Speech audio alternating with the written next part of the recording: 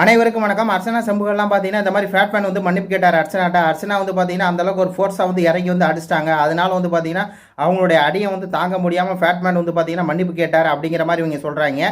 சரி, அப்படி என்ன தான் அவர் ட்விட் போட்டிருக்காரு அப்படின்னு சொல்லி பார்த்தா இவர் என்ன சொல்கிறாரு, நான் பிஆர் டீம் இருக்காங்க, அவங்க வந்து யூபி செட்டுக்கு வெளியே வந்து காத்திருக்காங்க அப்படின்னு நான் சொன்னது வந்து ஒரு கவுண்டருக்கு தான் அப்படிங்கிற மாதிரி ஒரு ட்விட் போட்டிருக்காரு. அது மட்டும் இல்லாமல் அடுத்த கண்டஸ்டண்டாக இருக்கக்கூடிய அதர் கண்டஸ்டண்டாக இருக்கக்கூடிய ஃபேன்ஸ் வந்து என்னை வந்து ட்ரிகர் பண்ணாங்க, ப்ரோவோக்கிங் பண்ணாங்க. இந்த மாதிரி வந்து அர்ச்சனா பிஆர் வச்சிருக்குன்னு சொன்னாங்க. அதனால தான் பார்த்தீங்கன்னா நான் இந்த மாதிரி சொன்னேன். மற்றபடி அர்ச்சனா வந்து கள்ள ஓட்டே போடலை. கள்ள ஓட்டு போட்டாங்களா என்னன்னு சொல்லி எனக்கு தெரியவே தெரியாது.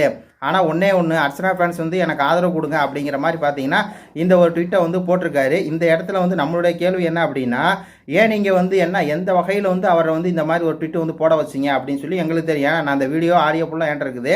அதாவது எங்கள் தலைவியால் வந்து வெளியே தலை காட்ட முடியலை. இந்த மாதிரி ஜெயிச்சு வந்து 4 நாள் ஆச்சு. அவங்க வீட்டில் வந்து பார்த்தீங்கன்னா மிகப்பெரிய பிரச்சனை ஒன்று ஓடிட்டு இருக்கு. ஒரு பெண் அவங்க வெற்றியை நீங்கள் இப்படி பண்ணலாமாங்க ஐயா? நீங்கள் இந்த மாதிரி பேசவும் தான் பார்த்தீங்கன்னா வந்து அது பெரிய சர்ச்சையாகி போச்சு. 13 லட்ச ரூபா விஷயம். அதனால் தயவு பண்ணி அப்படின்னு சொல்லி பார்த்தீங்கன்னா காலில் விழுந்து கஞ்சி கூத்தாடி தான் பார்த்தீங்கன்னா வந்து அவரை வந்து இந்த ட்விட்டு போட வச்சுருக்காங்க.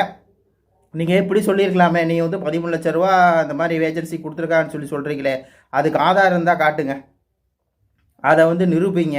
அது மட்டும் இல்லாமல் அர்ச்சனாக்கு வந்து கள்ள ஓட்டு வந்து வரவே இல்லை, எங்கள் அக்கா உத்தமி அப்படின்னு சொல்லிலாம் அவங்க பேசுவாங்களான்னா அவங்க அப்படி பேசலை. அவங்க எப்படி பேசுங்க அப்படின்னா, ஐயா அந்த மாதிரி ப்ளீஸுங்கய்யா, அது ஒரு பெண்ணுங்க, அந்த பெண்ணை நீங்கள் வந்து இந்த அளவு கொச்சப்படுத்தாதீங்க வெற்றியை. அது மட்டும் இல்லாமல் எங்கள் அக்காவால் வெளியே தலை காட்ட முடியலை, அவங்க வீட்டில் பல பிரச்சனைகளை போயிட்டுருக்கு, அவங்க கள்ள ஓட்டில் எல்லாம் ஜெயிக்கலை அப்படின்னு சொல்லி நீங்களே உங்கள் வாயால் சொல்லிடுங்கன்னு சொல்லி அழுது புலம்பி கெஞ்சி கூத்தாடி தான் வந்து பார்த்தீங்கன்னா அவன் ஃபேன்ஸுன்னு ஒரு 10 பேர் இருக்காங்கல்ல, அவங்க காலில் விழுந்ததுக்கு அப்புறம் இப்படி ஒரு ட்விட்டாக போட்டிருக்காரு.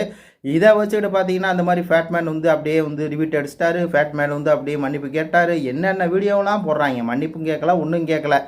அவர் போனால் போகுதே, என்னை வந்து இவ்வளோ தூரம் கெஞ்சுறாங்களே, என்னைய வந்து மதித்து கேட்குறாங்களே அப்படிங்கிற ஒரே காரணத்தினால தான் மக்களை போட்டிருக்காரு. நீங்கள் தைரியமான ஆளாக இருந்தால், எங்கள் அக்கா கள்ள ஓட்டு, எங்கள் அக்கா வந்து கள்ள ஓட்டு போடலை, நீங்கள் சொன்னது பொய், வாங்க பார்த்துக்கலாம், அடிங்களா நாங்களான்னு அப்படி பேசுங்கடா பார்ப்போம் அப்படிங்கிற மாதிரி தான் இருக்குது. நன்றி, வணக்கம்.